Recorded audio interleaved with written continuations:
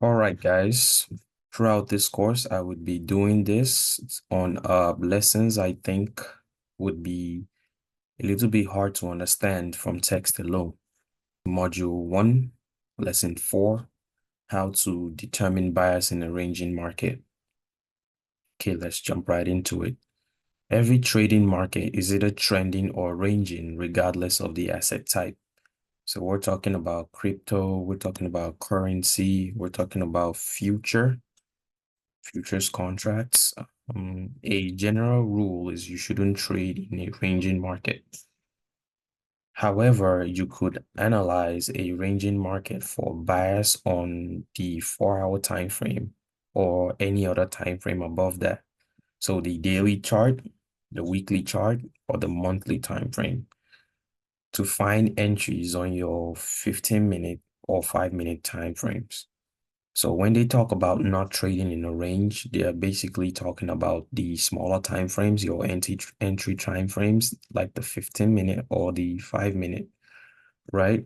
So when price is ranging in a day, you have a ranging day. Usually the candles on a high time frames have no activity at all. They have no activity. It turns out to be sort of like a tiny indecision candle.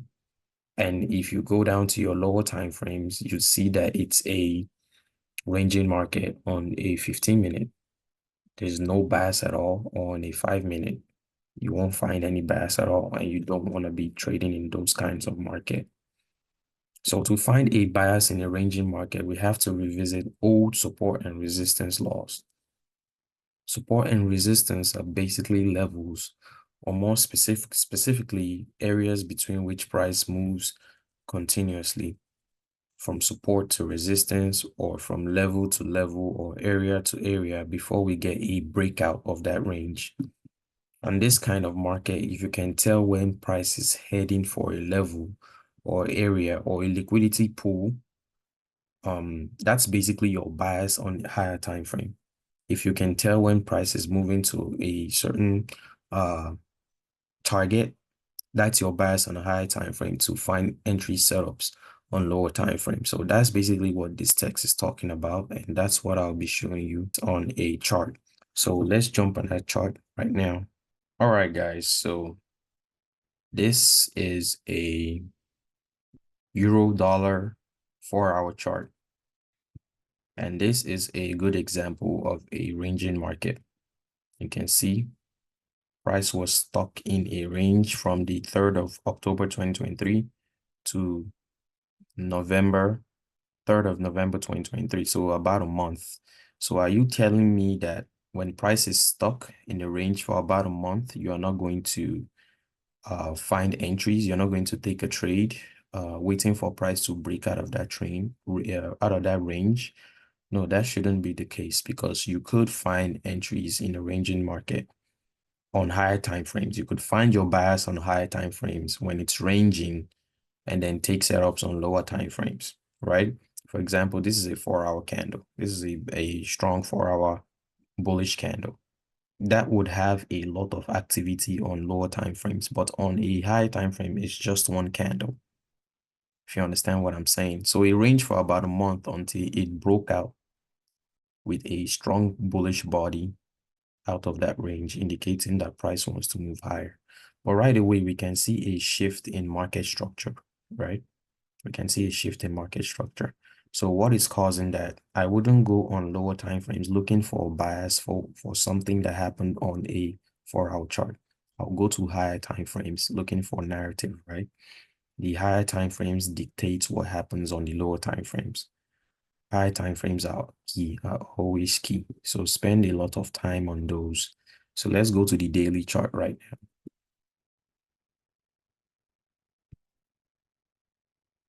Go to the daily chart, and this is that range on the 4-hour time frame.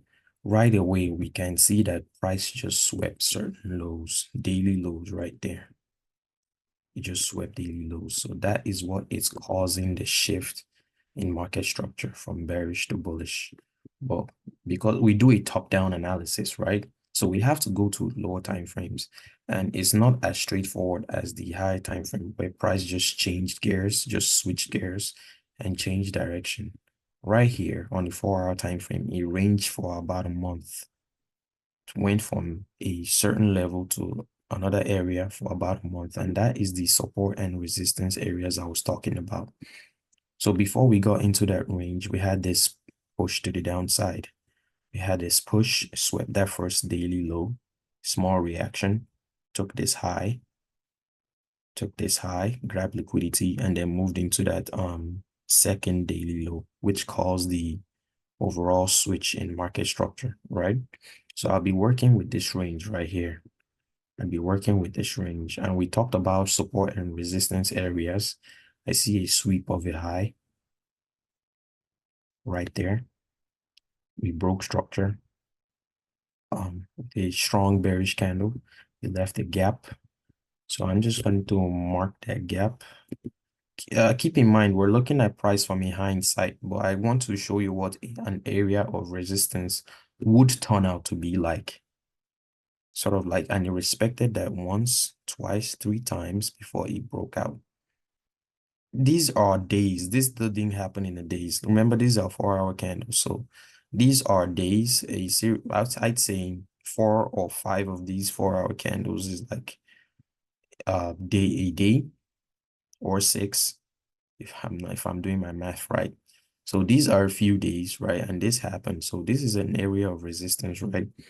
An area of support. Well, we see where price changes direction. We see it came here, grabbed this low, wasn't enough, had to grab that daily low. Also swept another low here. 2 candle block formation, fair value gap right there. So I'd say in this ranging market, in this particular one, you would mark your order block anyway. You would mark that anyway, and you just see if price keeps sort of ricocheting off of that. It did that once, it didn't go, it's starting to move in upward direction. So you only expected that one time. So nevertheless, there's no overall sort of like energetic move to one direction on the 4-hour time frame until here, until the 3rd of November. So it is a ranging market. So what do we see? We see a structural lower high here that priced closed with a bullish candle right there, traded into a fair value gap right there. Traded into this fair value gap right here. I'm just gonna keep it short right there. And that caused a reaction. It would have gotten to this auto block. It did, but that is not what caused the sort of this small bullish run right here.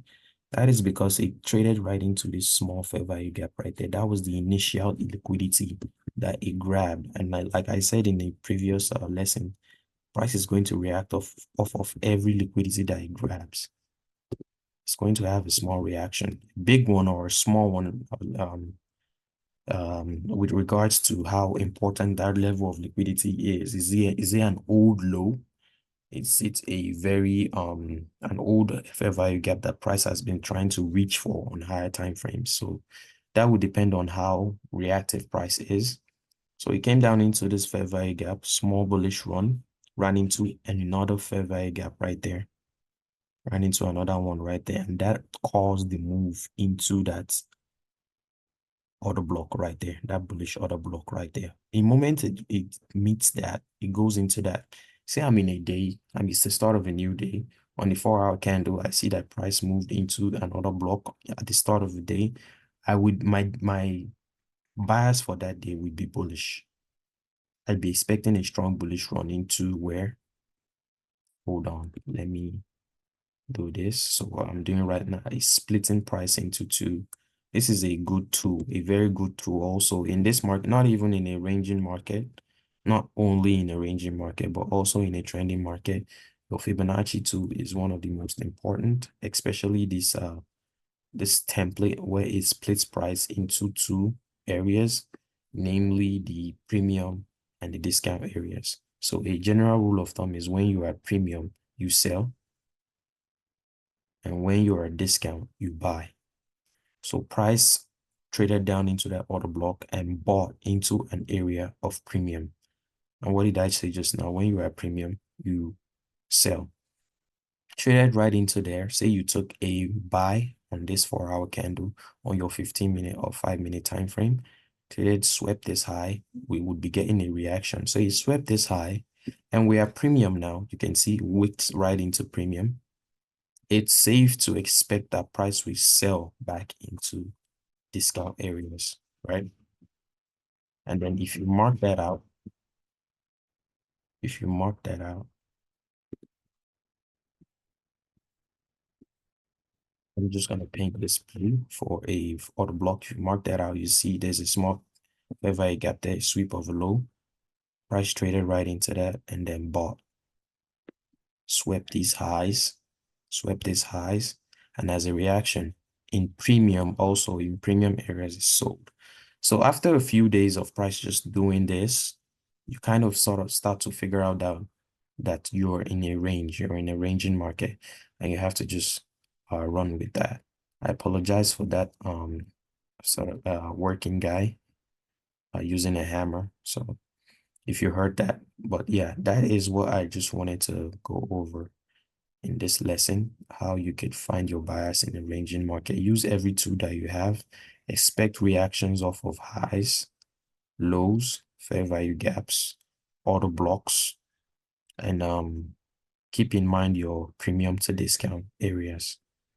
All right, so that's it for this lesson. I'll see you in the next one.